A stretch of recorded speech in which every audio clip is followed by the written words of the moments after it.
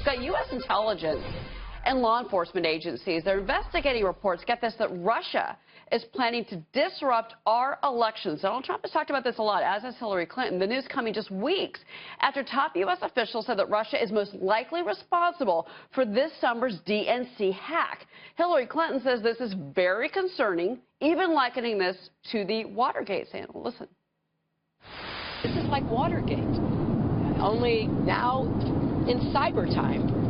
You know, breaking into the Democratic National Committee, either physically or into electronic files, to withdraw information to be used for political purposes. It is stunning that we are facing this, and especially from a foreign power.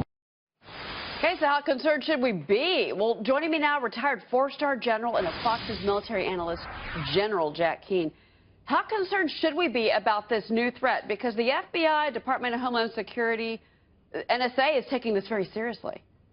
Well, certainly we've got to take it seriously. This is Russian cyber espionage, which they do a lot of in this country. And now one of the patterns that's been unfolding with Vladimir Putin is the fact that he has tried to undermine elections in Eastern Europe. He has tried to influence the Brexit vote in the United Kingdom that just occurred recently.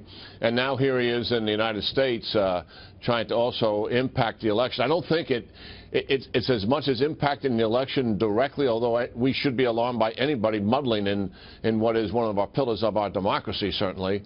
But it is about trying to reduce the United States in the eyes of our allies, the transatlantic leap that we have with the Europeans, because the elections and democracy is such a cornerstone of America, and people look towards us for the freedoms and liberty that we have to elect our own leaders.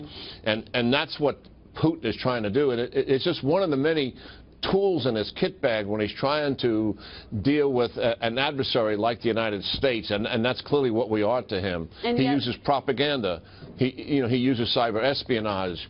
He uses certainly military intimidation, which we've seen many times. This is one of the methods he's using. Well, and again, to embarrass the United States. That's the goal here. Many believe in the cyber security community that they want to embarrass the United States to our allies, as you're pointing out. And also, General, there's reports that President Obama is considering declaring a no first use nuclear weapons policy. This, as we just showed pictures of him with Vladimir Putin at the G20. Do you think that this is a dangerous move on the part of President Obama?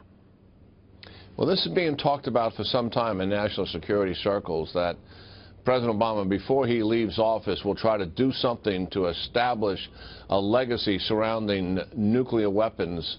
And this may, in fact, be that, to propose that the United States would never use nuclear weapons first, obviously, again, because we are the only country that has used nuclear weapons first in the judgment of our leader at the time, President Truman, and World War II, which most people concede and has consensus on being the right call and the right action.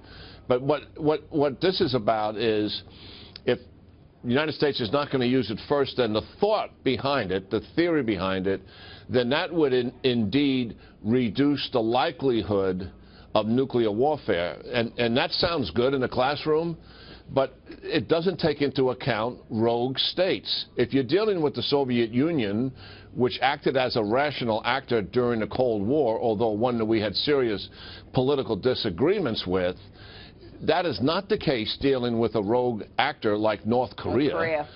Yeah, and exactly even Iran eventually, Cheryl. I mean, the nuclear agreement gets them a nuclear weapon in 15 years. Yeah. Let's make the presumption they have one. This is not a rational actor. In general, many are not convinced that Iran is still trying to develop a nuclear weapon, and that our friends are actually still our enemies, and that's another concern. And then other, like you say, bad actors around the world, General Keane. Well, thank you for your commentary on this. We appreciate it.